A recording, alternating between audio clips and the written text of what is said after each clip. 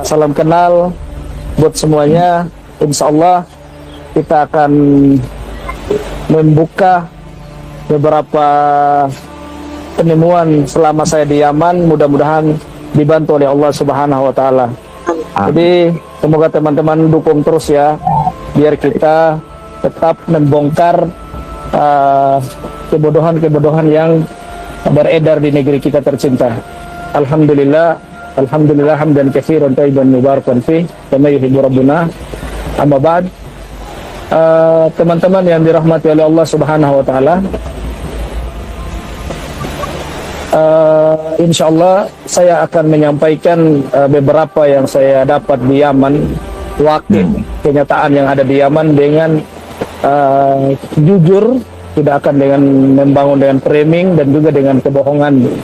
Dan memang guru-guru kita selalu menganjurkan agar ini jujur, as-sidq ma'allah, jujur kepada Allah Subhanahu wa Ta'ala, dan juga kepada as-sidq ma'an nas, jujur kepada manusia. Dan insya Allah saya akan menyampaikan beberapa perkara nanti, dan saya tidak ingin membenci siapapun, saya juga tidak ingin merendahkan siapapun, tapi saya ingin bagaimana ini sebagai nasihat buat kita semuanya, atau khusus Mbak Alawi, bahwasanya cobalah dicerna, dipikirkan dengan hati, agar kalian itu tidak terus-terusan dijadikan bulian masyarakat atau dijadikan tuduhan-tuduhan pembohong atau segala macam. Teman-teman, masalah Mbak Alawi ini yang kenapa saya gigih sekali mencari di Yaman, karena ini masalah akidah dan negara kita tercinta, bukan masalah kepentingan atau uang dan segala macam. Terus yang kedua, teman-teman, saya sampaikan juga, agama ini adalah nasihat. Kata Nabi sallallahu alaihi wasallam, ad-dinun nasiha, agama ini adalah nasihat. Man ra'a minkum munkaran falyughayyir bi yadihi fa in lam yastati bil lisanihi fa in lam yastati bi qalbihi. Jadi Nabi sallallahu alaihi wasallam memerintahkan kita untuk mengingkari sebuah kebatilan. Kalau kalian melihat kebatilan, maka hendak kalian mengingkari dengan tangan, kalau tidak bisa dengan lisan, kalau tidak bisa juga dengan hati. Dan itu adalah adfa'ul wadhalika adfa'ul iman. Demikian itu adalah termasuk lemahnya iman.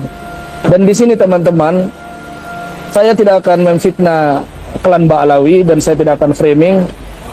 Saya insya Allah saya akan berusaha mungkin untuk insaf, berada di tengah-tengah, untuk menyampaikan kebenaran yang saya temukan di Yaman, yang nanti insya Allah kita buktikan satu persatu yang beredar di negeri kita tercinta. Tentang Faqih al-Muqaddam, beberapa ahli tarikh seperti orang-orang ini ahli sejarah tentang Faqih al-Muqaddam ini, memang orang ini didengar begitu saja, tapi tidak ketahui di mana dikubur, matinya di mana nggak ada yang tahu. Cuma didengar. Terkenal. Cuma kalau masalah nggak terkenal, cuma hanya beberapa orang, tergelincir orang yang tahu. Beberapa daerah saya datangi, karena mereka mengatakan suhra wal istifadah. Saya pengen buktikan tentang kesohrohnya si Faqih al-Muqaddam itu, teman-teman. Ternyata beberapa daerah saya tanyakan tentang Faqih al-Muqaddam, itu tidak, kebanyakan 99% orang-orang Yaman tidak kenal. Suhra wal istifadah itu kan seseorang yang dikatakan suhra itu kan dia itu muktabar, sangat terkenal dari ujung ke ujung, dari fatwanya, dari tulisannya, terus dari kitab-kitabnya pasti terkenal. Cuma yang saya temukan tentang Faqih al-Muqaddam di Yaman ini tidak seperti yang diceritakan di Indonesia. Contohnya mereka mengatakan Faqih al-Muqaddam itu mi'raj 70 kali sehari, atau 15 kali 25 kali sehari, 27 kali sehari atau 7 kali sehari. Itu hadis-hadisnya di riwayat-riwayat tentang Fakih Al-Muqaddam tertulis dalam kitab mereka itu, di dalam Syarah Ainiyah kitab Ba'alawi itu memang tertulis wa fi riwayatihi sab'a wa isyrina marrat, terus wa fi riwayatihi sab'ina marrat, wa fi riwayatihi sab'a marrat. Jadi di situ memang di kitab Ba'alawi mereka memang meyakini bahwasanya Fakih Al-Muqaddam, nenek moyang mereka itu mi'raj 70 kali dalam sehari. Dan kalau dalam akidah ahli sunnah wal jamaah itu sepakat tidak ada yang bisa mi'raj kecuali Nabi sallallahu alaihi wasallam. Saya itu sering ke Aden, ke Taiz, terus ke Yafi, ke Maho, menanyakan tentang Fakih Al-Muqaddam. Itu rata-rata nggak ada yang kenal. Malahan kalau saya tanya tentang Syekh Abdul Qadir Ar-Jilani, itu malah suhroh di kalangan masyarakat Yaman. Dan beberapa lab saya waktu di TikTok itu banyak sekali teman-teman saya tunjukkan sambil lab. Saya tanyakan orang-orang Yaman, dari tentaranya mau dari pelajarnya. Saya tanya tentang Fakih Al-Muqaddam dengan Syekh Abdul Qadir Ar-Jilani. Malahan banyak yang menjawab, katanya kalau Syekh Abdul Qadir Al-Jilani itu mereka kenal, tapi kalau Fakih Al-Muqaddam wallahu alam nggak tahu, kata mereka. Saya beberapa tokoh agama saya temui seperti ulama Syafi'iyah sendiri yang ada di Tarim yang menentang Umar bin Hafid. Jadi teman-teman, banyak sekali ulama Syafi'iyah yang menentang Umar bin Hafid yang ada itu di Tarim. Mereka itu memiliki dars-dars di masjid di Tarim. Itu sangat banyak yang menentang Umar bin Hafid. Kenapa mereka menentang? Karena perbuatannya Umar bin Hafid ini sangat menyelisih akidah, menyelisih pokok kita dalam agama kita. Yang coba bayangin teman-teman, setiap beberapa tahun bisa mereka melahirkan tempat ibadah baru di Tarim. Yang dulu hanya adanya kuburan Hud alaihissalam, yang mereka pun yakini kuburan Hud itu bukan jadi kuburan Hud itu teman-teman bukan diyakini dengan penglihatan mata, bukan diyakini dengan ada saksi yang lihat adanya di tempat itu, bukan. Tapi itu kuburan Hud itu diyakini dengan mimpi. Jadi ada seorang Habib Abu Bakar bin Salim kalau tidak salah, dia mimpi bahwasanya kuburan Hud itu ada di situ, dan dia mimpi kuburan Hud datang berziarah kepada beliau. Wahai Abu Bakar bin Salim, in lam tazurni sa'ajuruka, kalau kau tidak ziarahiku maka aku yang akan menziarahimu. Jadi itu dalam kitab mereka tertulis gitu loh, bahwasanya kuburan Nabi Hud alaihissalam itu sendiri mereka yakinkan, dan mereka bikin kuburannya itu bukan dibangun dengan ilmu, dengan sejarah, bukan juga dibangun dengan penglihatan, tapi dibangun dengan mimpi. Dan itu yang lebih membodohkan lagi, sudah dibangun dengan mimpi, mereka jadikan tempat tawaf. Gitu loh. Ada syekh yang penulis kitab, di antara kitab yang beliau tulis adalah Al-Quburu fil Yaman. Judul kitabnya itu Al-Quburu fil Yaman. Itu Imam Syafi'iyah atau ulama Syafi'iyah yang ada di Tarim. Dia membongkar dan membantah habis-habisan tentang adanya kuburan palsu dan membangun kuburan palsu yang dibikin oleh Ba'alawi. Itu sangat terkenal kitab itu, namanya Al-Quburu fil Yaman. Al-Quburu fil Yaman. Itu nama kitabnya. Iya. Saya pernah di lab itu, saya pernah tunjukkan ke teman-teman nama kitabnya. Sampelnya saya pernah tunjukkan. Dan ini ulama Syafi'iyah yang masih lurus, beliau sangat menentang. Dan di dalam kitab itu juga ada terdapat, saya baca sendiri kitabnya, bahwasanya di tahun 135 Hijriah atau Masehi atau Allah alam saya lupa ya, dia itu ternyata yang menggagas pertama memasangkan kain, menaruh bunga-bunga menghiasi kuburan, itu adalah seorang Habib pelakunya. Gitu loh. Di dalam kitab itu tertulis maka yang menggagas pertama untuk membangun kuburan, menaruh kain, terus menaruh bunga-bunga seperti di Indonesia itu kan kuburan kayak megah banget, itu ada bunga. Itu memang di dalam kitab mereka. Itu memang yang dibantah itu oleh ulama Syafi'i yang ada di Taron ini. Memang di dalam kitab itu ada gitu. Jadi gini teman-teman, orang Asy'ari atau orang tasawuf itu sendiri di Tarim itu teman-teman, ada memang tasawuf yang masih lurus, dan memang tasawufnya Umar bin Hafid ini memang tasawuf yang agak lain, yang sulit bisa ditebak. Rata-rata ada beberapa ulama tasawuf yang saya temui ya, saya juga nanya fikih di mereka karena mereka sangat luar biasa tentang kefikihannya. Ulama-ulama tasawuf ini, ulama Syafi'iyah ini yang saya sebut tadi, mereka itu sangat menentang keras dengan apa yang dilakukan di dekat-dekat Darul Mustafa itu, atau itu kuburan. Ada yang lebih parah teman-teman ya.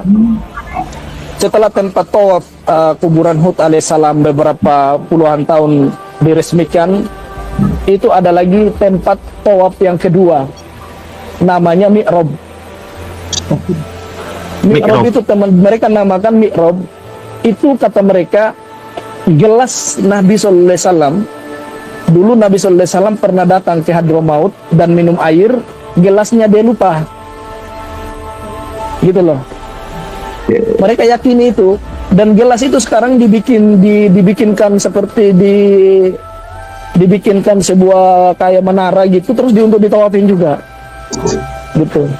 Saya bingung, kata mereka Nabi Sallallahu Alaihi Wasallam pernah ke Hadramaut atau ke Yaman lah, taruhlah. Tapi pertanyaan saya, kenapa Uwais Al-Qarni kok masih jadi tabi'in, nggak jadi sahabat gitu loh? Padahal dia adalah manusia yang Nabi Sallallahu Alaihi Wasallam perintahkan ke Umar bin Khattab, kalau ada seorang laki-laki yang bernama Uwais Al-Qarni, minta doa kepada dia. Dia datang dari Yaman. Kalau memang Nabi pernah ke Yaman, kenapa orang-orang ini yang pengen ketemu dengan Nabi tidak jadi sahabat gitu loh? Ya, logis. Tetap sejarah mencatat mereka adalah tabi'in. Itu lucu juga, lucu. Jadi kalau bilang Nabi pernah datang minum air, terus gelasnya dia taruh di Hadramaut, kalau menurut saya itu adalah palsu, tidak dibenarkan dalam syariat. Itu adalah cerita dongeng. Mereka selalu melakukan setiap bulan Sa'ban, kalau nggak Sa'ban, Muharram, mereka ini dari segala penjuru mereka datang keliling kayak tawaf Ka'bah. Jadi mereka keliling kayak seperti tawaf Ka'bah begitu. Jadi memang itu kalau menurut saya itu semua bisnis, masalah fulus. Menurut saya itu yang saya pahami itu. Ulama-ulama Syafi'i yang ada di Tarim itu menyerang lewat mimbar, lewat mikrofon tentang kesesatan dan tidak bolehnya hal-hal yang dilakukan oleh Umar bin Hafid yang mereka tentang itu banyak sekali. Gitu.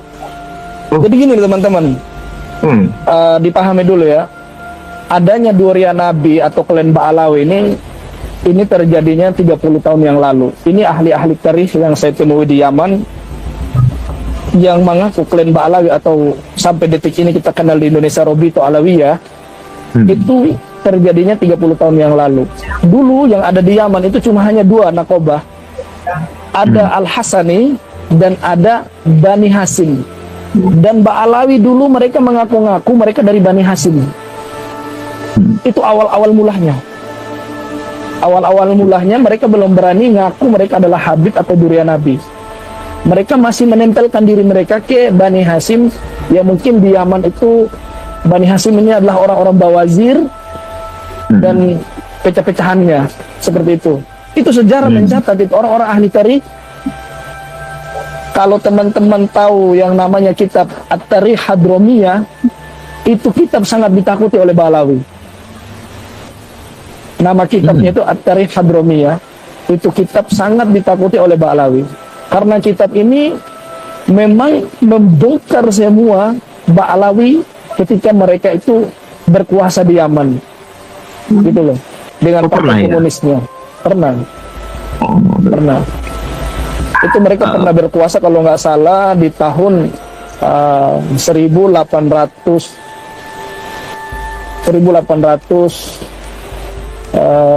sekian lah. 1887, 1886, 85, 89. Ali Abdullah Soleh mengambil alih negara itu kan sekitar tahun 90-an. Tahun 90-an, tahun 1889. Ali Abdullah Soleh jadi presiden. Di saat itu kan di Yaman Selatan itu kan masih dikuasai oleh Partai Komunis. Dan di antaranya pemimpin-pemimpin mereka itu adalah Salim Ali Al-Baido, itu pemimpinnya, presiden Partai Falasaf.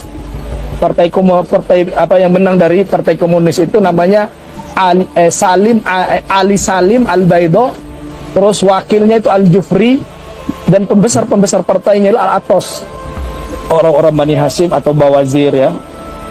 Itu di namanya Ghail Bawazir, adanya itu di dekat Mukalla. Saya pernah tanya tentang klaim Ba'alawi ini, apakah mereka durian Nabi atau tidak. Mereka tidak pernah kenal apa itu Ba'alawi. Yang mereka kenal hanya Al-Atos, Al-Jufri, atau apalah, bin Hafid, dan yang lainnya itu yang mereka kenal. Kalau per orang mereka kenal, gitu loh. Adapun kalau bilang mereka punya nakoba atau punya seperti yang ada di Indonesia Robito Alawiyah, mereka nggak tahu itu. Ada yang lebih ekstrim lagi dari Bawazir ya. Mereka, sebagian Bawazir mengatakan orang-orang ini mengaku durian Nabi tapi kelakuannya nggak sesuai. Jadi makanya mereka ini ka'annahum fil manam, mereka itu seperti dalam mimpi mengaku durian Nabi. Itu statement dari Bawazir. Itu sebenarnya sebagian orang Bawazir gitu. Oke. Dan memang di Yaman itu teman-teman, kata Habib itu tukang sampah pun boleh mengatakan itu. Kita katakan Habib boleh. Karena kata Habib itu di Yaman itu adalah orang yang dicintai dan orang yang mencintai, bukan suatu gelar fulan alam yang terhormat atau yang tertinggi, enggak. Gitu loh. Atau nggak usah di Yaman ya, di seluruh negara Arab, di Jazirah Arab, kata Habib atau Habibah atau Habibi itu adalah sesuatu yang sudah sehari-hari bagi mereka. Iya, kita mau beli sayur ya Habib, kam hada, udah biasa itu kata Habib, bukan gelar untuk seseorang durian Nabi gitu loh. Apalagi Ba'alawi ini kan dikatakan Habib sekitar 30 tahun yang lalu, kan sesuatu yang lucu. Oke. Dan yang lebih parah lagi teman-teman ya, yang kita lihat kuburan-kuburan mereka yang ada di Tarim seperti ini ya. Saya tunjukkan satu contoh nenek moyang mereka yang sangat fenomena di kalangan mereka ini. Ini lihat teman-teman di HP ini. Ya. Ini satu contoh ya. Ini tidak ada sama sekali tertulis Al-Habib atau As-Sayyid, tapi langsung Asy-Syaikh Abu Bakar bin Salim. Jadi kesimpulannya teman-teman, semua kuburannya para klan Ba'alawi yang ada di Yaman, sekaliber Abu Bakar bin Salim saja itu nggak dipasang Habib atau Sayyid. Kalau di Indonesia kan itu makam-makam itu kan ada langsung Al-Habib, As-Sayyid, Al-Habib, Al-Habib, Al-Habib. Semua kuburan yang mau asli, yang mau palsunya semua Al-Habib tertulis. Gitu loh. Jadi terbantah bahwasanya kata-kata Habib itu tidak ada di Yaman. Contohnya ini kuburan nenek moyang mereka yang sangat suhroh, kata mereka, Syekh Abu Bakar bin Salim. Itu nggak ada tulisannya Al-Habib atau As-Sayyid. Langsung aja Syekh Abu Bakar bin Salim. Gitu loh. Bang Nazab. Juga yang di antara yang di Tarim, seperti mereka mengatakan di Tarim itu tidak ada aspal. Ini aspal semua ini teman-teman. Ini di kuburan, di depannya kuburannya Syekh Abu Bakar bin Salim ini ada aspal. Ada ini cor-coran semen. Jadi yang ceramah teriak bilang di Tarim itu tidak sengaja tidak dibangunkan aspal gara-gara khawatir bekas kakinya wali itu tertutup. Itu dusta. Jadi Dusta, ya? kalau mau berbohong jangan nanggung gitu loh. Sekalian aja jadi Ba'alawi. Saya bongkar semuanya teman-teman, saya live, saya tunjukkan ini ada aspal. Sampai saya sebut ada satu dai yang sangat terkenal, Ustaz Abdul Somad. Saya bilang, Ustadz Abdul Somad, ini lihat ini ada aspal di Tarim ini. Cobalah kalau kita mau ceramah dengan di depan masyarakat itu coba bangun dengan kejujuran. Jangan sampai demi kedudukan, demi Anda mau terkenal, demi fulus Anda buta dalam kebenaran. Itu sangat disayangkan. Percuma belajar jauh-jauh tapi nggak bisa jujur dalam menyampaikan kebenaran. Ini pasir-pasir Inat. Saya memang datang ke sana teman-teman. Dijual 2 juta itu. Yang dijual di Sofi sekarang 2 juta. Itu gimana Ini ceritanya? pasir-pasirnya. Ini pasir-pasirnya.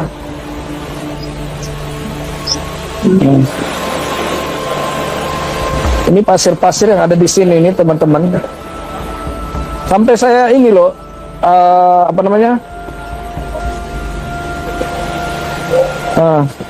saya datangi sendiri tempat-tempatnya. Saya pegang.